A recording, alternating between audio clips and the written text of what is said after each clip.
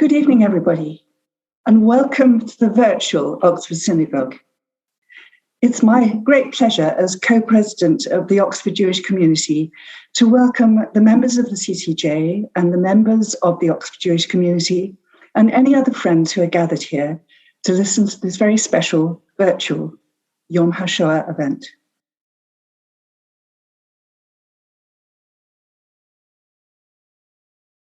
This week I was reading the collection of Psalms known as the Psalms of Ascent. That's Psalms 120 to 134. The opening line of Psalm 130 reads, "Out of the depths I cry to you, Lord. Lord, hear my voice. Let your ears be attentive to my cry for mercy." My thoughts went immediately to the Nazi camps. The psalmist's words are words of desolation and despair, a cry to God. I imagine these words as a cri de coeur, if you will, a cry that may well have been uttered many times by the victims of the Shoah. And it was during the Shoah that the Council of Christians and Jews was formed. Its aim then and now is to bring about understanding between Christians and Jews, to address the evil of anti-Semitism in our land. Oxford CCJ was one of the first branches ever to be established. The pandemic put a brake on our local activities last year, but not on our resolve that dialogue between Christians and Jews should continue. CCJ's link with the OJC, the Oxford Jewish Centre, is a much treasured link, and it is from that virtual synagogue that we come to you today. And so it is, with gratitude to OJC here in Oxford, and with thanks to Catherine Oppenheimer, Wendy Fiddler, Elizabeth Salisbury, and Alexander Massey, that we in CCJ join with the global Jewish community in remembering the millions of innocent souls who perished in the camps across Europe.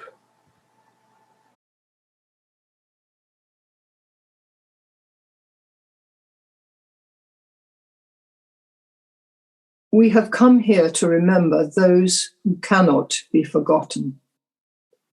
We have come to speak of that which cannot be spoken, but must not be left unsaid.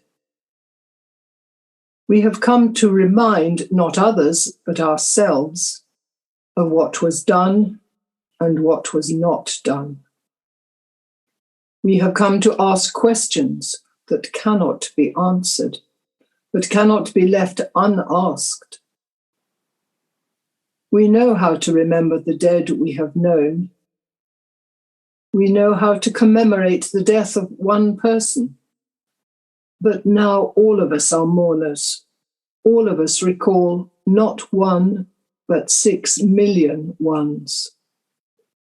Not only those we have known, but those no one can know. The names that are forever lost.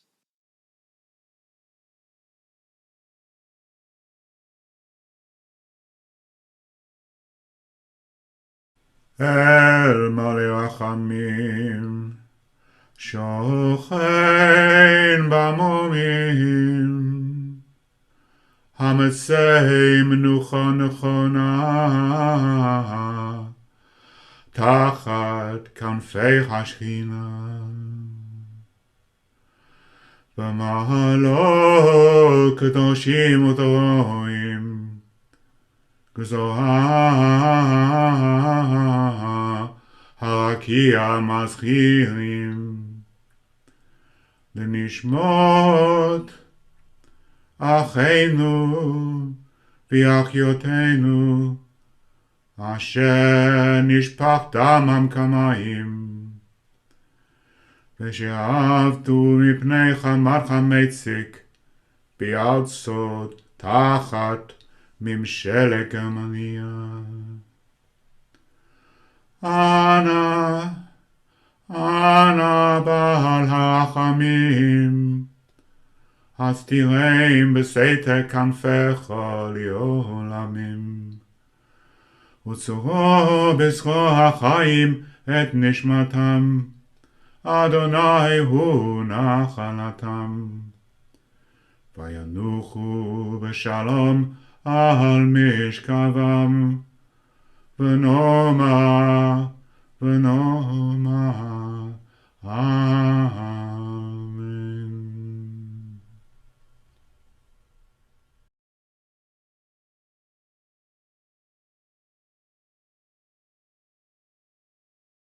No man is an island, entire of itself.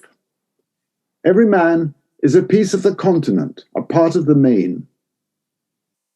If a clod be washed away by the sea, Europe is the less, as well as if a promontory were, as well as any manner of thy friends or of thine own were. Any man's death diminishes me, because I am involved in mankind. And therefore, never send to know for whom the bell tolls. It tolls for thee.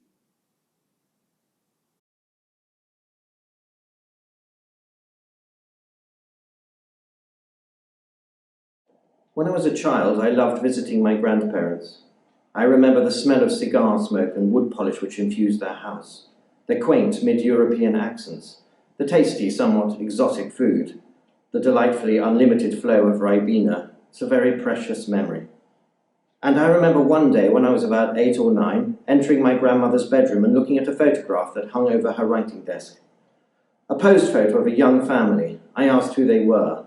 My grandmother told me it was her sister Susie, her husband Ulrich, and their children. Lovely children, she said, and then quite blandly she added, they died. It was very sad. Even as a child, I had an inkling that my grandmother didn't wish to pursue the subject, and I assumed that the children must have been ill. I knew that children died in the olden days. And as for the reason we'd never met her sister, well, I also knew we had many relatives in far-flung places such as Vienna, Jerusalem, and San Francisco, and I didn't really know them.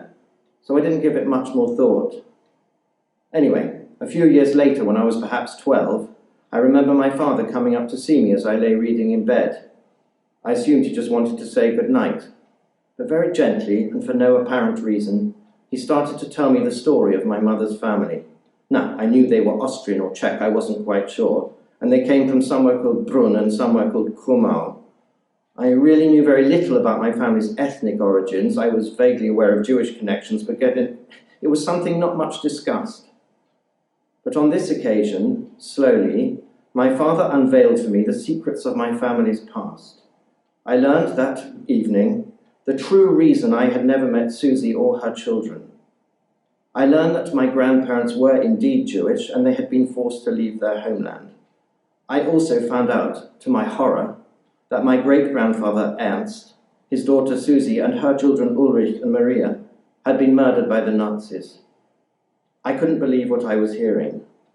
I knew about the Shoah as an historical event. We'd been taught about it in school. But I had no idea about my own family's intimate entwining with this horror. There was a covenant of silence.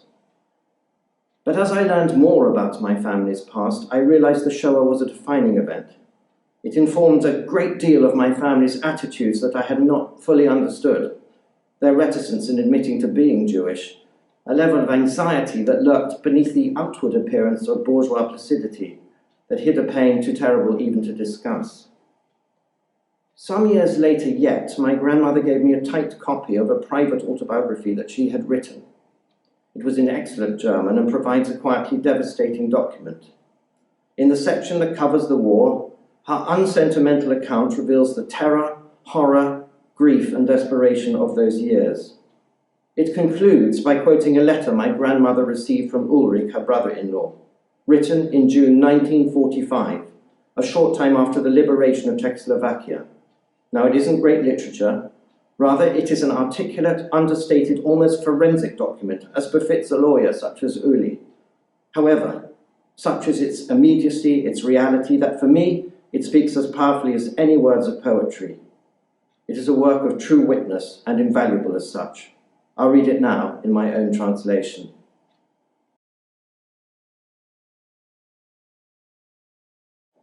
First, in short, I returned to Prague on the 20th of May. Very sadly, I have heard nothing of Susie and the children. I want to begin from the beginning. Until the 8th of August 1942, we were in Prague, where we had been tormented really quite enough. Your father had already been removed from Prague on the second transport in October 41, namely to Łódź in Poland, where there was a large ghetto. We just had one postcard from him, and despite our efforts, we couldn't find out what had happened to him when we were in Prague. It wasn't until this year that I met an acquaintance in Fürstengruber camp, who was transported to Łódź at the same time as your father. He shared with me that your father already had died at the beginning of December 1941. It was to be foreseen that he couldn't hold out long in the ghetto, particularly with his diabetes. Susie couldn't have known this, as we had already been separated, as you will learn from what I write below. The beginning in Terezin, the first year, was very bad. Hunger and illness were rampant. The children had scarlet fever, typhus, etc. Later, we were allowed packages, and it was better, particularly when we received sardines from abroad. Unfortunately, we couldn't stay in Terezin because the ghetto was almost cleared out in autumn of 1944. On the 8th of October 1944, we were taken to the concentration camp of Auschwitz-Birkenau, and there I saw Susie and the children for the last time. Men capable of work were separated from the others, and after a few days we were posted to the concentration camp Fürstengruber by Myslivich in Upper Silesia. The food was wretched and the work very hard in the coal mines, and after only a very short time my weight was down to 50 kilos. On the 8th of January, our camp was cleaned out as the Red Army drew near. About 250 people, the ill, etc., stayed behind. Before the Russians came, an SS commando fell upon us, and 220 people were slaughtered, but about 30 managed to escape, myself amongst them. On 29th of January, the Russians liberated us. I then spent 2 months in hospital in Poland, and then I came back to HaShoah, where I wanted to wait for the end of the war. I have little hope that Susie and the children are coming back.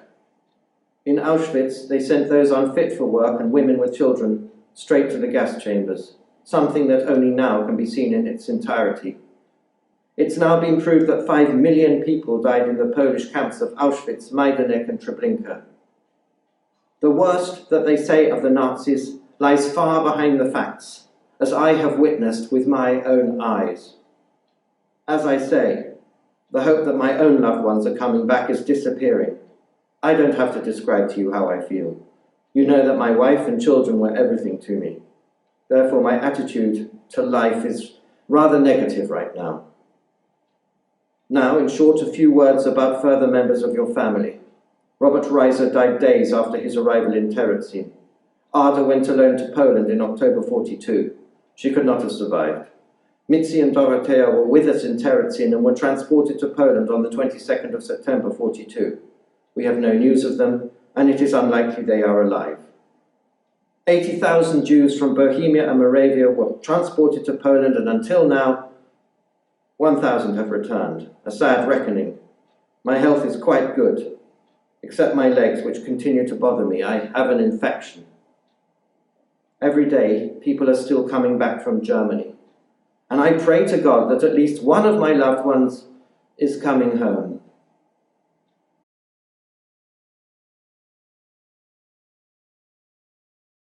I never met Uli. He did come to a family reunion in the 80s, but I wasn't there. A cousin of my age told me that as my grandmother greeted him, she wept.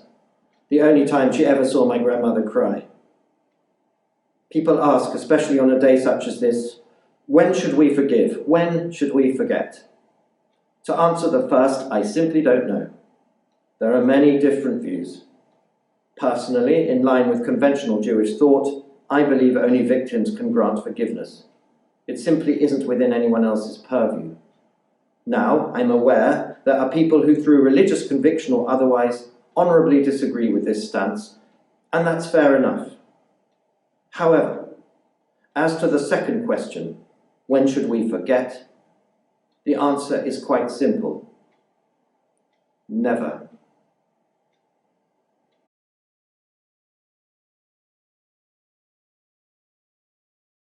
Kol barama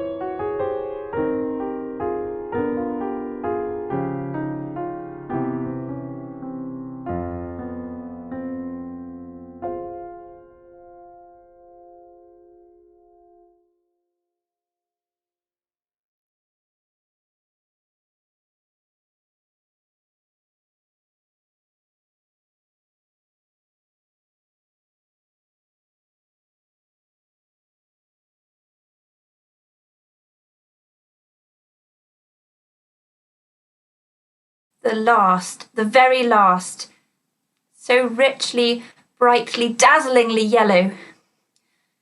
Perhaps if the sun's tears would sing against a white stone. Such a yellow is carried lightly, way up high.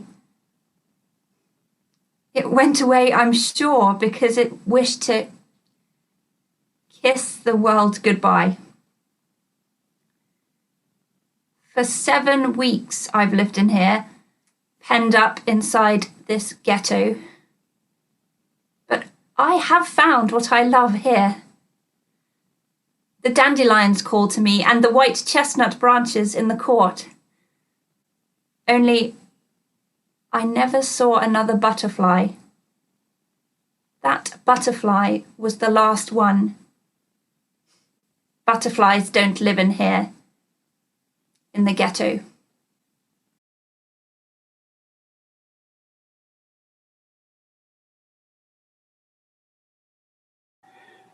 The Shoah was the systematic, state-sponsored persecution and murder of 6 million Jews by the Nazi regime, its allies and collaborators. We light these candles in their remembrance.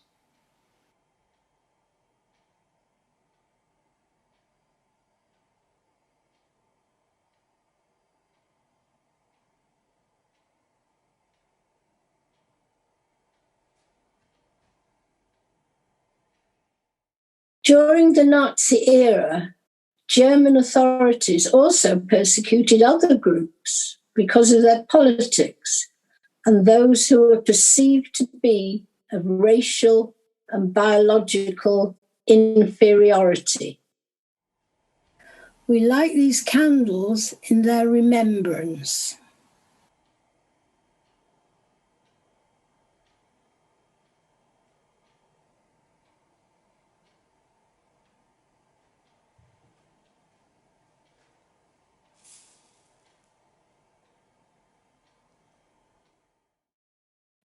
Let us honour all those whose lives and dreams were so brutally lost, and let us hope that now peace can be in the world and hatred can be ended.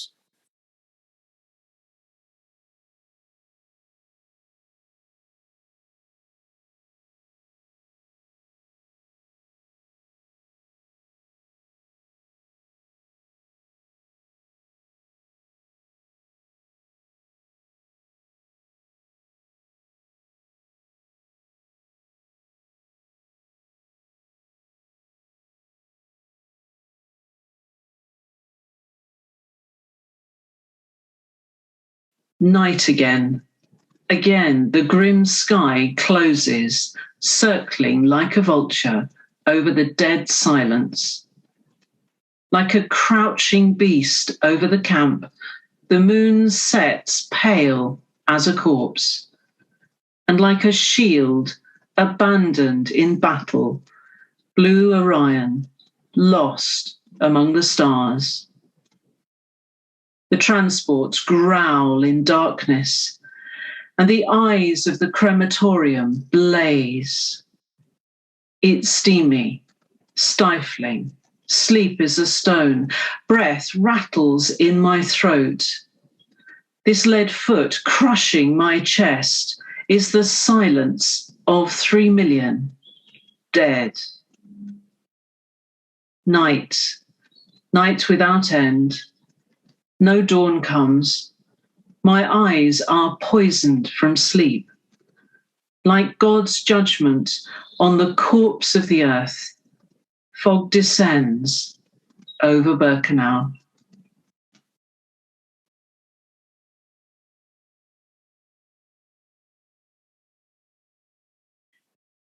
Rabbi Hugo Green, in a talk he gave on Capital Radio on the 2nd of July, 1989, described how he had returned to his hometown, Berehova in Carpathia, as part of a team making a television program about the Jewish life of the region, its decency and loveliness before race hatred destroyed it Some 15,000 Jews had lived in the area before the Nazis came.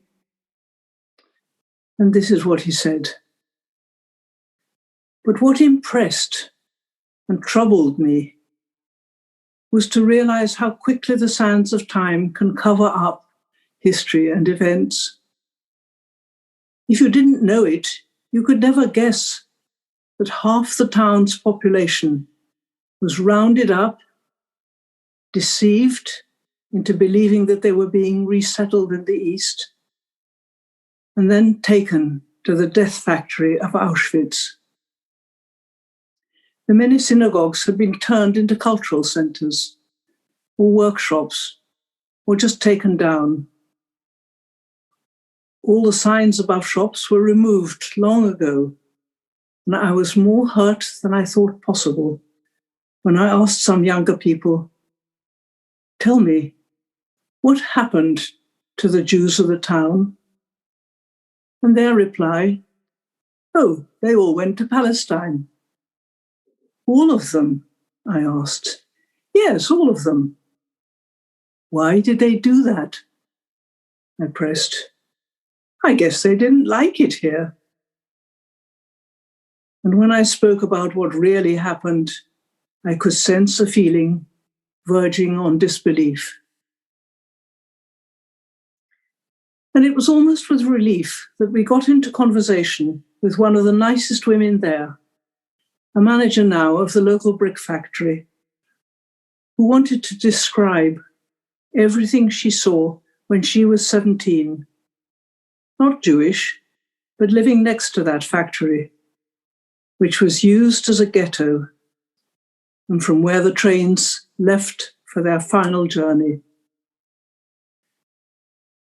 Her tears were genuine as she recalled those events and her Jewish friends that she was never to see again, and how the Nazis and many local people looted the Jewish homes. Then I asked her, "Tell me, what did you think and feel after we had been taken away?" "Well," she said, "we were afraid that they will also take away the Gypsies and then us, the Ukrainians." And I thought of a great German theologian, Pastor Martin Niemöller, who eventually opposed the Nazis and paid dearly for it and left a warning for all generations.